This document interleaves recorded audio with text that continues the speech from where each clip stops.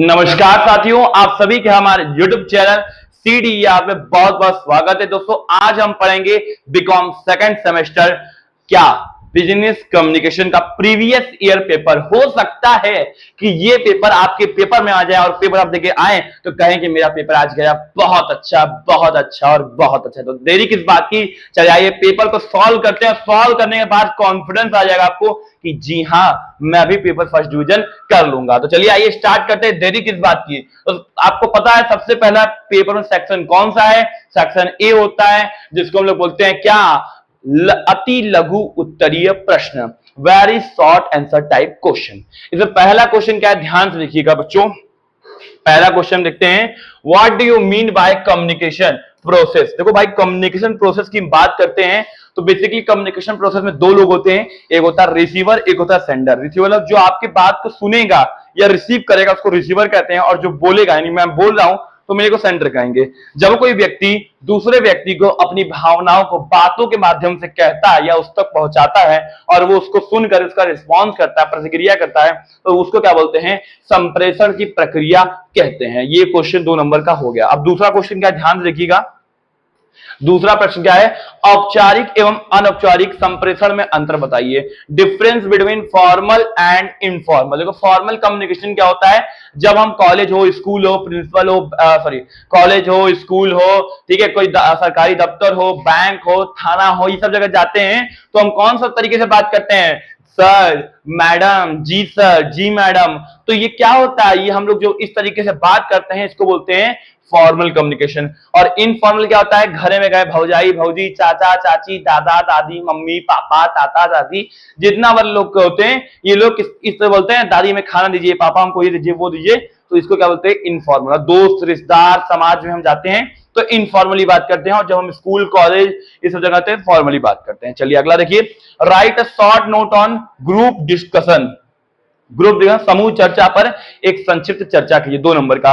देखो, group discussion basically क्या होता है, आपको एक टॉपिक मिल जाएगा, एक विषय मिल जाएगा, उस पर क्या करना होता है, आपको अपनी बातों को रखना होता है। जैसे 10 लोग का समूह बन जाएगा, 10 लोग के ग्रुप में कोई एक को विषय दे दिया जाएगा, भाई आप सबको बेरोजगारी पे बोलना है, अनएम्प्लॉयमेंट पे। तो सब क्या करेंगे, एक एक करके अपना बात रखेंगे और बात पे बात होगा, वही क्या होता है, ग्रुप डिस्कशन होता है किसी एक पर्टिकुलर टॉपिक पे। अगला क्या है, आत्म विकास का उद्देश्य क्या है, what are the objective of self development. देखो, सेल्फ डेवलपमेंट की बात करते हैं, जब आदमी खुद का विकास कर लेता है तो उसका उद्देश्य ये होता है कि आदमी अपने पैर पे खड़ा होकर कुछ कर सके, वो इतना कॉन्फिडेंट हो कि 2 पैसा कमा सके, कुछ कमा के घर ला जा सके और खिला सके, यानी उसको किसी चीज की दिक्कत ना हो, वो अपने आप को समझे कि मैं कमजोर हूं, वो विषम परिस्थिति यानी बहुत खराब समय में भी वो अपने आप को बहुत अच्छा समझे। ऐसा ही हमारा आत्म विकास का उद्देश्य है। ठीक है, चलो अगला क्वेश्चन देखो फटाफट, लास्ट क्वेश्चन।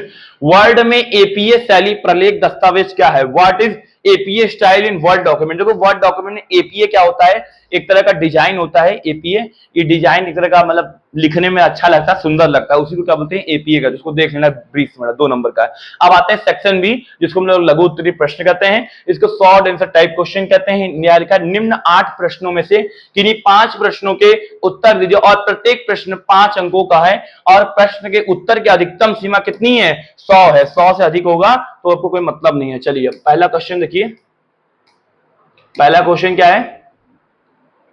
अब देखो, पहला प्रश्न क्या दिया हुआ है, पहला प्रश्न दिया है इसमें, what is mean by diagonal communication. थोड़ा इसको और कर लो, ठीक है, अब सही है। हाँ, what is mean by diagonal communication, विकर्णीय संप्रेषण से क्या आता है। देखो, हम बात करते हैं डायजोनल कम्युनिकेशन की, तो ये क्या होता है, डायजोनल कम्युनिकेशन बेसिकली क्या होता है, ऊपर से नीचे आता है। ठीक है, जैसे मान लो हम ऊपर के बोर्ड ऑफ पहले टॉप लेवल होता है, फिर मिडिल लेवल होता है, फिर लोअर लेवल होता है। अब टॉप लेवल में कोई बात कहीं वो मिडिल पे आएगा, मिडिल पे आएगा, फिर लोअर पे आएगा। तो ये जो सीढ़ी बन के जब ऊपर से नीचे के क्रम में आता है तो ये क्या होता है, डायजोनल कम्युनिकेशन होता है। जब ऊपर से बात चल के बात होते होते नीचे तक आती है तो इसको डायजोनल कहते हैं। अब ऊपर के हमारे बोर्ड ऑफ डायरेक्टर ने कहा कि मजदूरों की जो है मजदूरी बढ़ा देनी चाहिए। अब ये बात पूरा यहाँ घूम के फिर नीचे आया, फिर मिडिल लेवल बात हुआ, मिडिल लेवल से क्या हुआ, बात नीचे तक पहुंच गई। तो ये क्या हुआ, जब कम्युनिकेशन ऊपर से नीचे तक पहुंच जाता है क्रमशः तो उसको डायजोनल कम्युनिकेशन कहते हैं। अगला क्या है, explain in 7 C of effective communication. प्रभावपूर्ण संप्रेषण में 7C को संक्षेप में समझा। देखो 7 तरह के कम्युनिकेशन होता है, इसको देख लेना, ठीक है ना। ये तुम्हारे उसमें मिल जाएगा, मैं बता दूं कहां मिलेगा तुम्हें 7C तुम्हें अपनी बिजनेस मैनेजमेंट के सब्जेक्ट में आखिरी में कम्युनिकेशन चैप्टर है, उसमें 7C तुम्हें मिल जाएगा, ठीक है। नहीं मिलेगा तो मुझे बताना, मैं गूगल मीट के जो लाइव डाउट सेशन लेता हूं उसमें क्लियर कर दूंगा, ठीक है। चलो अगला देखो फटाफट, अरे देखो इसको हटा दी, ठीक है। अगला क्या देखो, अब देखो अगला क्या है, अगला है तुम्हारा स्वॉट एनालिसिस, संक्षेप में समझाइए। देखो स्वॉट एनालिसिस में बात करूं तो ये स्वॉट चारों का मीनिंग अलग अलग है, जो जानता है उसके लिए अच्छा है, जो नहीं जानता जान ले। देखो एस को क्या बोलते हैं, स्ट्रेंथ, डब्ल्यू को वीकनेस, ओ को अपॉर्चुनिटी और टी को थ्रेड। जब भी हमारे सामने बड़ी से बड़ी समस्या हो, बड़ा से बड़ा प्रॉब्लम है, उसका हल होता है स्वॉट। स्वॉट एक ऐसा तरीका है जिससे हम बड़ी से बड़ी समस्या को समाधान कर सकते हैं। अब तुम्हारे सामने सपोज करो फ्यूचर की समस्या है कि हम फ्यूचर में क्या करें, तो तुम्हें सबसे पहले देखना होगा स्ट्रेंथ। तुम किस चीज में सबसे ज्यादा स्ट्रेंथ तुम्हारी अच्छी है, तुम अच्छा पढ़ा लेते हो, तुम अच्छा अकाउंटिंग कर लेते हो, तुम अच्छा बोल लेते हो, तो तुम्हें अपनी स्ट्रेंथ ढूंढनी पड़ेगी। दूसरा, तुम्हें वीकनेस ढूंढना पड़ेगा। वीकनेस कहे तो कहां तुम कमजोर हो, बोलने में कमजोर हो कि अकाउंटिंग में तुम कमजोर हो, किस चीज में कमजोर हो, जिसमें तुम्हारा स्ट्रेंथ होगा उसमें कमजोरी भी होगी, ध्यान रखना। तीसरा, अपॉर्चुनिटी। अब तुम्हें देखना है कि हम अकाउंटिंग में अपॉर्चुनिटी कहां कहां पा सकते हैं, दुकानों में पा सकते हैं, माल में पा सकते हैं, बड़ी बड़ी कंपनियों में पा सकते हैं, सरकारी जॉब्स में पा सकते हैं, ये सब अपॉर्चुनिटी है। अब हम बात करें थ्रेट्स, कहां इसमें धोखाधड़ी गलत काम होता है। अब सरकारी में जाओगे तो तुम्हें बहुत कंपटीशन करना पड़ेगा, दुकान में भी तो ऐसा थ्रेट हो जाएगा, कोई नया लड़का आ गया तुम्हें हटा देंगे, तो ये सब धोखा दे सकता है। तो ये सब क्या है, स्वॉट एनालिसिस। जब चारों तुम एनालाइज करो तुम्हारे सामने एक सोल्यूशन निकल के आएगा, उसको ही स्वॉट एनालिसिस कहते हैं। इसको तुम एग्जांपल देके जरूर लिखना, एग्जांपल दोगे नंबर तुम्हारा बढ़ जाएगा, डेफिनेटली मैं कह रहा हूं। अगला देखो, briefly explain the mock interview. तुमने एक नाम सुना होगा, अभी कुछ दिन पहले हमारे देश में हुआ था मॉक ड्रिल। जब पाकिस्तान ने इंडिया के ऊपर वॉर किया था तो एक ड्रिल हुआ था, मॉक ड्रिल। अब देखो मॉक ड्रिल का मतलब ये नहीं होता कि तुरंत आपातकालीन हो जाएगा, नहीं। मॉक ड्रिल मतलब ये होता है कि अभी भविष्य में ऐसा स्थिति उत्पन्न हो सकता है, उसको देखते हुए हम क्या करें, एक अभ्यास करें, एक प्रैक्टिस करें, जिससे हम क्या करें, भविष्य में हमको ये सब सामने करना दिक्कत ना हो। अगर ऐसा परिस्थिति बना, ऐसा सिचुएशन बना तो हमको प्रॉब्लम ना हो, इसी को क्या बोलते हैं, मॉक बोलते हैं, मॉक ड्रिल। अब यहाँ पे मॉक इंटरव्यू है, तो मॉक इंटरव्यू में क्या होता है कि हम जिस पोस्ट के लिए अप्लाई कर रहे हैं, जब उसको इंटरव्यू को अटेंड करने से पहले एक और इंटरव्यू होता है, इसको बोलते हैं मॉक इंटरव्यू। इसमें आपको सेम टू सेम पूरा कंडीशन सिचुएशन समझाया जाएगा आपके सामने। जैसे आप ओरिजिनल में कंपनी में 3 लोग बैठे रहते हैं, वैसे वहां भी 3 लोग बैठे रहेंगे, सामने आप बैठेंगे, वैसा कपड़ा रहेगा, वैसा अटेंडेंट रहेंगे, वैसे कोच रहेंगे, सब कुछ वैसा रहेगा, सिचुएशन क्रिएट हो जाएगा, उसको मॉक इंटरव्यू कहते हैं। मतलब कह सकते हो हुबहू प्रैक्टिस होगा, सेम टू सेम उसकी तरह, बस अंतर यह रहेगा जगह बदल जाएगा, लेकिन लोकेशन सब कुछ ऐसा ही रहेगा, सिचुएशन बदलाव नहीं होगा। इसको मॉक प्रैक्टिस कर लेना होता है, ठीक है। इंटरनेट के प्रयोग पर संक्षिप्त टिप्पणी लिखिए। अब देखो इंटरनेट के आज के समय में क्या है भाई, इंटरनेट पे हम बहुत सारी चीजें हैं, हम इसका पॉजिटिव यूज हो रहा है, नेगेटिव यूज हो रहा है। तो आप इसको देखना कि इंटरनेट के यूज को हम 2 तरीके से समझ सकते हैं, पहला पॉजिटिव यूज, दूसरा नेगेटिव यूज। आज के जमाने में इंटरनेट को देखा जाए तो हमारे युवा इससे बिगड़ भी रहे हैं और बन भी रहे हैं। बिगड़ कैसे रहे हैं, रील है, स्नैपचैट है, ये सब वगैरह वगैरह चीजें हैं, सोशल मीडिया, तमाम वीडियो है, रील्स है, जो आज के युवाओं को बिगाड़ रहा है। और एक तरफ पढ़ाई संबंधित कंटेंट है, यूट्यूब पे डिजिटल मार्केटिंग है, बीकॉम है, एमबीए, बहुत सारी चीजें हैं जो हमको सही नॉलेज दे रही हैं और सही मायने में वो देखा जाता है हेल्प कर रही हैं। तो कहीं ना कहीं इसका पॉजिटिव यूज भी हुआ और निगेटिव भी, दोनों फैक्ट को तुम समझाना, तभी तुम्हारा नंबर अच्छा आएगा, ठीक है। चलो अब हम आगे चलते हैं 5 नंबर में। अगला क्वेश्चन क्या है, what is the importance of oral presentation. देखो मौखिक प्रस्तुतिकरण का क्या महत्व होता है। देखो अब हम कोई चीज, तुम्हें अगर हम सिर्फ स्लाइड चलाते हैं और गाना बजाते हैं समझ में आएगा, नहीं समझ आएगा। लेकिन कोई चीज में स्लाइड लगा के तुम्हें मुंह से बोल के अच्छे से समझाएं तो तुम्हें क्या होगा, वो चीज तुम्हारे दिमाग में बैठ जाएगी, वो फोटो भी तुम्हारे दिमाग में बैठ जाएगा, प्लस हमारा समझाया हुआ बात भी बैठ जाएगा। तो ओरल प्रेजेंटेशन का बहुत महत्व होता है। इंसान क्या होता है, अंडरस्टैंडिंग लेवल अच्छी होती है, उसको समझ में आता है, डाउट क्लियर हो जाते हैं, टॉपिक्स क्लियर हो जाते हैं, उसके बारे में पता चल जाता है। तो जो हमारा ओरल प्रेजेंटेशन होता है वो हमारा अच्छा होता है काफी, तो इसलिए इसका महत्व ज्यादा है। अब अगला क्या है, व्हाट इज विजुअल एड्स। देखो विजुअल एड्स का मतलब होता है जो हमारे सामने दिख रहा हो, ऐसा एड जो हमें दिखता है उसको विजुअल एड्स कहते हैं। जैसे आप देख सकते हो, जैसे फॉर एग्जाम्पल आप जो है कि फॉर एग्जाम्पल टीवी में ऐड ले लो, टीवी का ऐड क्या होता है, हमें दिखता है, ठीक है। पोस्टर्स ले लो, बैनर्स ले लो, ये सब क्या है, विजुअल एड्स हैं, ठीक है। कुछ एड्स होते हैं जो दिखते तो हैं लेकिन हमें हमारे सामने तक नहीं आ पाते, तो उसको विजुअल एड्स नहीं कहते हैं, ठीक है। चलो आगे देखो, नौकरी के लिए आवेदन पत्र के प्रमुख तत्वों की व्याख्या कीजिए। Explain the main contents of application for job. अगर हमें जॉब पाना है उसके लिए हमें एप्लीकेशन लिखना है तो उसमें क्या क्या कंटेंट चाहिए। पहला, आपको तो पहले तो ये चाहिए कि आप किस पोस्ट के लिए अप्लाई, कंटेंट बता रहा हूं क्या क्या उसमें चाहिए, हेडिंग बना के लिखना। पहला, हमें किस पोस्ट के लिए अप्लाई करना है। दूसरा, उसकी एलिजिबिलिटी क्या है। तीसरा, उसमें क्राइटेरिया क्या है। चौथा, उसका ये है कि उसका जो है कि एरिया क्या है, वर्क ऑफ एरिया, लैंग्वेज क्या क्या रिक्वायरमेंट है, स्किल्स क्या क्या चाहिए, एक्सपीरियंस कितना चाहिए, ग्रेजुएशन चाहिए कि पोस्ट ग्रेजुएशन चाहिए। तो ये सब तमाम चीजें पॉइंट बनाकर लिखना, इतना काफी है, लिखकर तुम्हारा ना 5 नंबर मिल जाएगा। चलो अब आता है सेक्शन सी। तुम्हारे 5 नंबर का मैंने सॉल्व कर दिया पूरा, मैंने कोई किताब नहीं पढ़ा, कोई इंटरनेट का यूज किया, बिना कुछ यूज किए मैंने तुम्हें क्या किया, सब क्वेश्चन सॉल्व करके बता दिया, ठीक है ना। अब देखो सेक्शन सी में क्या है, लॉन्ग क्वेश्चन है, लॉन्ग क्वेश्चन, ठीक है। सेक्शन सी में क्या है, लॉन्ग क्वेश्चन। अब हम लॉन्ग क्वेश्चन में देखो 4 दिया है, फिर 2 करना है, तुमको पता है 4 क्वेश्चन लॉन्ग में दिया है, 2 करना है। अब हम देखेंगे लॉन्ग क्वेश्चन क्या है, ठीक है। चलो लॉन्ग क्वेश्चन देखते हैं फटाफट। अब देखो लॉन्ग क्वेश्चन, ठीक है। अब देखो इसमें क्या लिखा है, attempt any 2 question out of total 4 question, each question carries 20 marks and answer of each question should not exceed 400 words। एक क्वेश्चन 20 नंबर का है, आपको 2 क्वेश्चन करना है, 400 वर्ड से ज्यादा नहीं लिख रहा है। अब देखो इसमें पहला क्वेश्चन क्या बोल रहा है, संचार संगठन का जीवन रक्त है, समझाइए एवं बताइए कि एक संगठन के लिए संचार इतना महत्वपूर्ण क्यों है। बहुत अच्छा क्वेश्चन दिया भाई, दिमाग वाला क्वेश्चन है, इंटरेस्टिंग क्वेश्चन लग रहा है 20 नंबर का।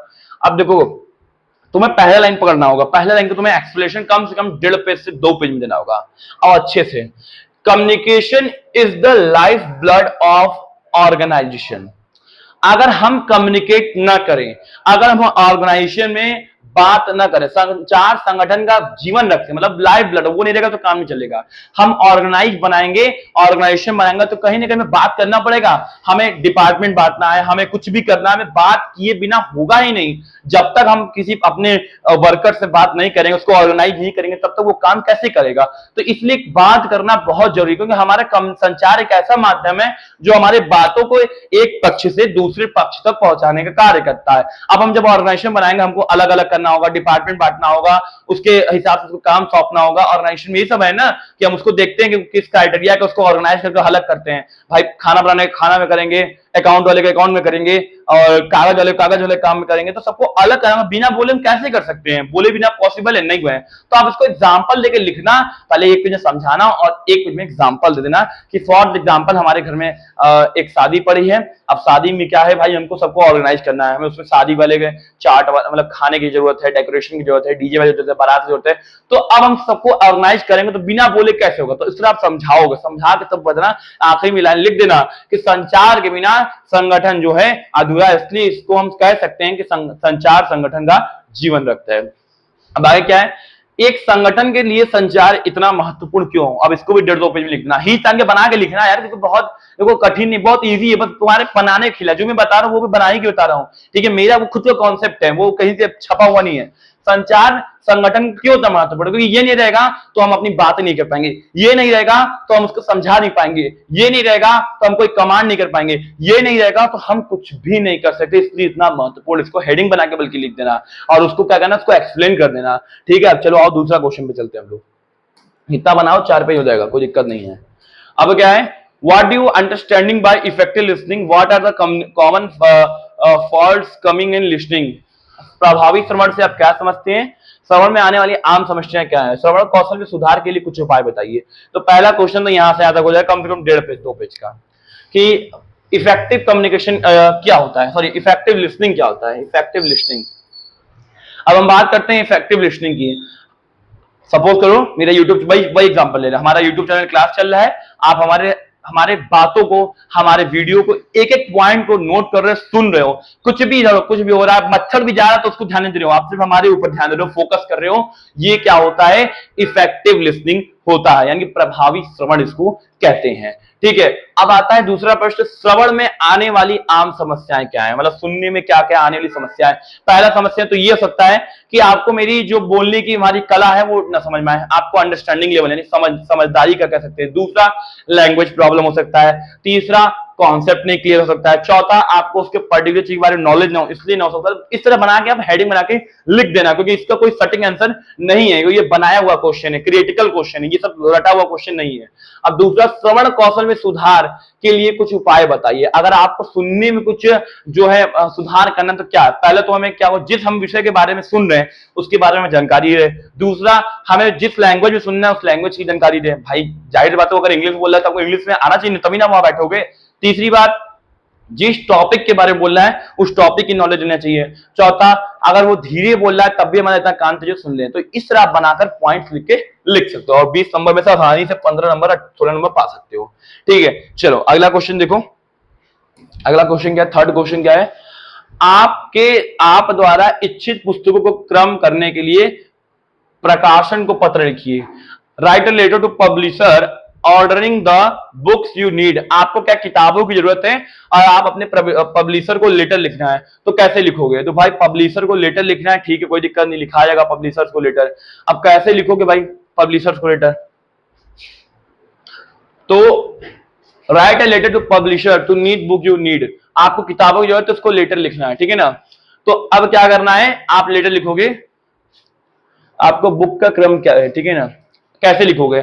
सबसे पहले ऊपर प्रकाशन का नाम लिखोगे, भारत तेंदु प्रकाशन, नीचे उसका पता, उसका एड्रेस वगैरह ये सब रहेगा। इसको पॉइंट करना कि सबसे पहले हम उसका एड्रेस लिखेंगे, फिर उसका जगह का नाम लिखेंगे, फिर उसका मोबाइल नंबर लिखेंगे, पिन कोड लिख देंगे, फिर उसका विषय लिखेंगे कि हमें ये बुक की डिमांड है, ये बुक चाहिए, फिर उसका अपना हम कंटेंट लिखेंगे, विषय सामग्री सब बना के लिख देना। लास्ट में अपना नाम, मोबाइल नंबर और पब्लिशर दुकान का नाम लिख दोगे, हो जाएगा। और जो जो किताब चाहिए वो तुम लिख देना कि हमें ये किताब की आवश्यकता है, ये किताब हमको जल्द से जल्द इतने तारीख तक अवेलेबल। तो ये आप समझो कंटेंट दे रहे हो कि उसको आपको बुक चाहिए, उस पर आप एप्लीकेशन लिख रहे हो, तो वो पॉइंट बाय पॉइंट लगा, लेटर नहीं लिखना, पॉइंट्स लिखना, ठीक है।